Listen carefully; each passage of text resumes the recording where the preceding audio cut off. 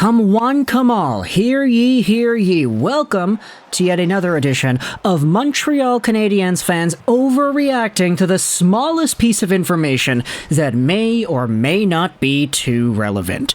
You know, some of us here on this side of the Atlantic Ocean tend to be overthinkers. We see small signals and we have big, disproportionate reactions to them.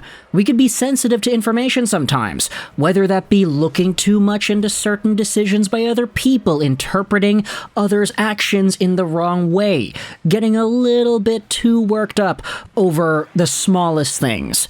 And for Montreal Canadiens fans looking for insight and speculation as to how their hockey team is willing to operate, we know this happens a lot. Heck, not even just Montreal fans, it's Vancouver fans, it's Toronto fans, it's fans of Canadian teams. It's like that here in the Great North. But either way, today we're going over to an article on The Athletic talking about a very small piece of information that doesn't mean anything. It really doesn't, and I'm going to start this video off by saying it doesn't mean anything. However, it is a thing that people are talking about. This article is written by Arpon Basu and Marc-Antoine Gaudin. By the way, this was Marc-Antoine Gaudin's last piece on The Athletic. I'm pretty sure a whole bunch of those writers got laid off, not because they're bad, but because The Athletic just made a bunch of cuts. It was very unfortunate to see.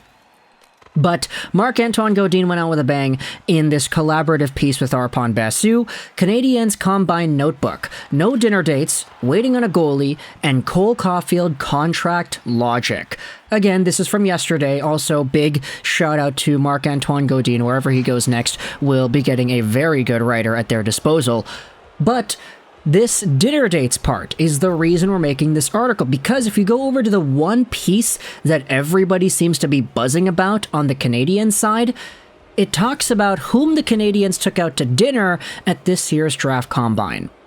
This thread was posted onto the Canadiens subreddit's Twitter page, and I know I had to say it like that, the Habs subreddit's Twitter page. Yeah, it's weird. They posted a screenshot from this Athletic article, which will be linked in the description below if you want to read the entire thing.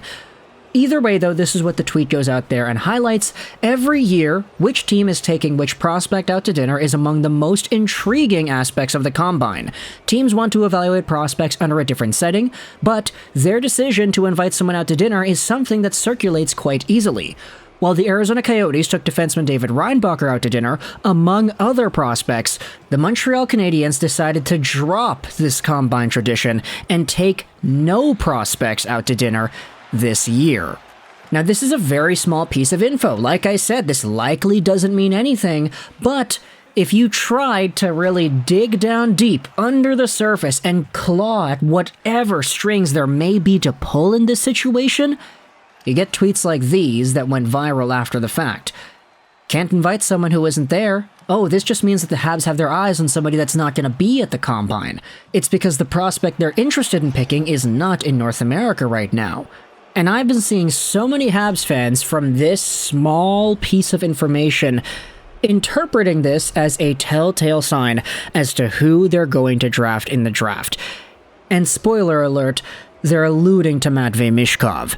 Michkov is under the very unfortunate circumstance of his country's geological events right now, the fact that he's stuck over there in Russia with a contract, and the fact that whatever NHL team drafts him at the draft is not going to have any control whatsoever over him or his development over the next few years. It's a very tough path to walk down if you're an NHL team trying to evaluate whether or not it's worth it to take him at their spot in the draft. For Montreal, this idea that they're not taking any prospects out to dinner is interesting because it's a very common trend for a lot of these teams to exhibit over the years. They take guys out to dinner, they talk to them while they're ordering, they talk to them while they're away from the entire combine, stressful environment, you're thinking about hockey all day.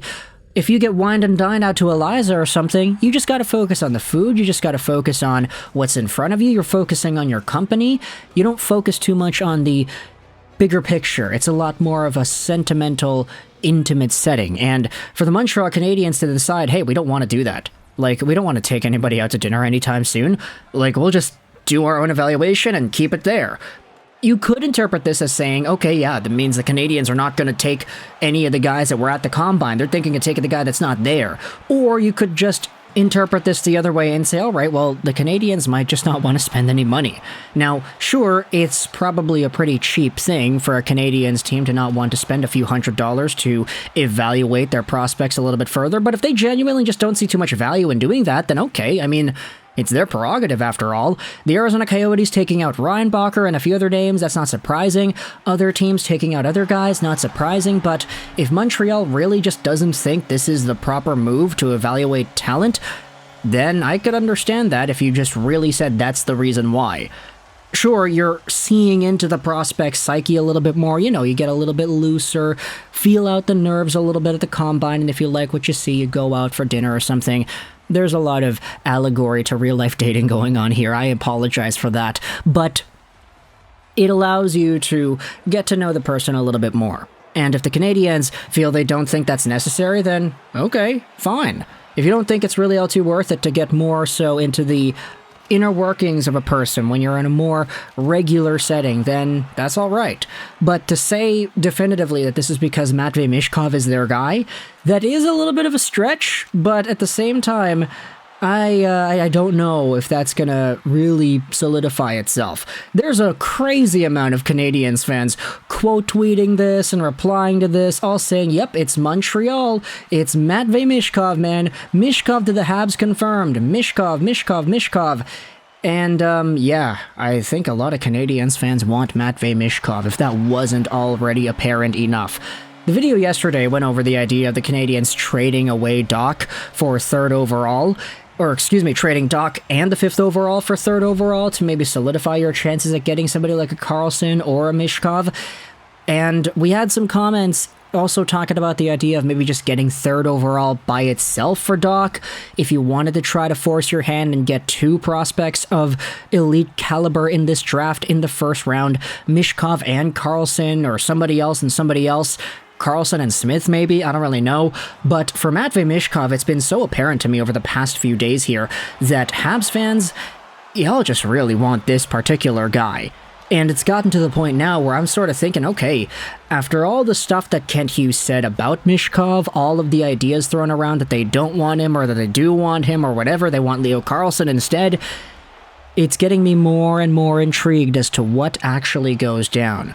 Because sure, I just made a 7-8 minute video talking about how the Canadiens didn't take anybody to dinner, but the subtext underneath this is that a lot of Canadiens fans just want Michkov, and they're using this as an opportunity to say, yeah, okay, there's another nickel in the jar for why the Canadiens are going to take Michkov instead of anybody else, assuming he's available at 5th overall in the first place. My question to you is here, how do you read this situation? What do you think about the Canadiens not taking any prospects out to dinner, and what are your thoughts on the idea that they're not taking anybody out because the guy they want to take out is not even here? He's in Russia, he's doing his own thing, he wasn't available at the Combine.